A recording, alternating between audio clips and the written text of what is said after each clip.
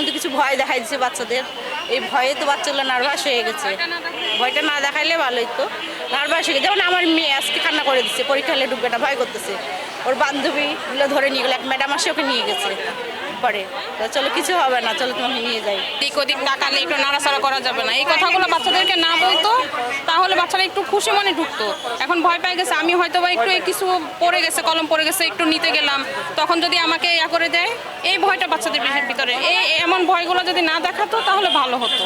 সবাই ভালো পরীক্ষা দিক, এটাই আমাদের প্রত্যাশা। হ্যাঁ, আলহামদুলিল্লাহ। আমি 7টা সম্ভবত 20-এ আসছি, 7টা 5-এ বাসার থেকে বেরিয়েছি। কিন্তু যারা আমার পিছনে বাইরেছে মানে যে 8টায় তারা আসতেই পারেনি, লেট হয়েছে, যেমন ছেলেরা ছেড়ে দিছে। কিন্তু আমি এখানে এসে 7টা 20-এ প্রেজেন্ট। আগে আসাতে খুব লাভ হয়েছে, একটু বইটা পড়তে পারছে কিছুক্ষণ, একটু বন্ধু পাইছে, এদের সাথে একটু কথা বলতে পারছে। জনগণের চাকর পাবেন ততদিন আমাদেরকে কিছু দিতে পারবেন। আর মালিক যদি পাবেন তাহলে হবে না। আপনি আমাদেরকে যে ডেলিভারি যেটা দিবেন, বাচ্চাদেরকে ভয় দেখাইবেন না, বাচ্চাদেরকে সাহস দেখাবেন যে বাবারা তোমরা যা পড়াশোনা করে আসছো, যা শিখেছো, সুন্দরভাবে ভয়বিহীনভাবে লেখো। বুঝতে পারছো? নকলের কোনো প্রয়োজন নাই, সাহস দেখান। এখন নকলের যুগও নাই, গার্জিয়ানরা সচেতন, ছাত্ররাও সচেতন, নকল এখন করে লাগে না। এখন সিলেবাস অনুযায়ী পড়াশোনা করে বাচ্চারা। আর আপনি এমনভাবে পরীক্ষার প্রশ্নপত্র তৈরি করুন, সিলেবাস এমনভাবে তৈরি করুন, এমনভাবে শিক্ষা ব্যবস্থা তৈরি করুন বাচ্চাদের যাতে নকল নাই করতে হয়। আপনি এমনভাবে করবেন যাতে নকল করতে হয়। আপনি এইভাবে পরিবেশ তৈরি করুন, সিলেবাস সুন্দরভাবে সাজান, ঢেলে সাজান। যদি না বুঝেন বিশেষজ্ঞদেরকে নেন, ইসলামিক স্কলার আছে, সব মিলিয়ে নেন। ঠিক আছে? এইটাই আমার মনের চাওয়া। আমার আবারও বিশেষভাবে বলতেছি, মাত্র পরীক্ষা শুরু হয়েছে, আপনারা বাচ্চাদেরকে ভয় দেখাবেন না।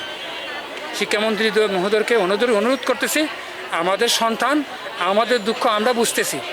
আপনি ওই সময়টা পাড়ি দিয়ে দিয়েছেন, আপনি এখন দাদা নানার বয়স হয়ে গেছেন, আপনার সন্তান পাড়ি দিয়ে দিয়েছে, আমাদের সন্তান পাড়ি দেয় নাই। আমার সন্তান জ্বরে ফেললে কষ্টটা আমার লাগবে, আমার কলেজের মধ্যে আঘাত আনবে। এখানে হাজার হাজার বাবা মায়েরা, এখানে লাখো লাখো বাবা মায়েরা উপস্থিত আছে। আমার অনুরোধ, আমাদের হয়ে আপনি চিন্তা করেন, আমাদের একজন হয়ে চিন্তা করেন। আপনি আপনার যে জায়গায়, আমি শিক্ষামন্ত্রী, এই যে এটা অহমিকা থেকে সরে এসে আপনি গার্জিয়ান হয়ে চিন্তা করেন। আপনি একজন মানবিক দিক দিয়ে চিন্তা করেন যে আমার সন্তানরা আসলে এই দেশের বাচ্চারা যেন পাশ করে বাইরে হতে পারে, যাতে স্মুথলি সেই ব্যাপারে আপনি কতটুকু সহযোগিতা করা যায় সেইভাবে আপনি ব্রিফিং দেন, ভয় দেখায়েন না।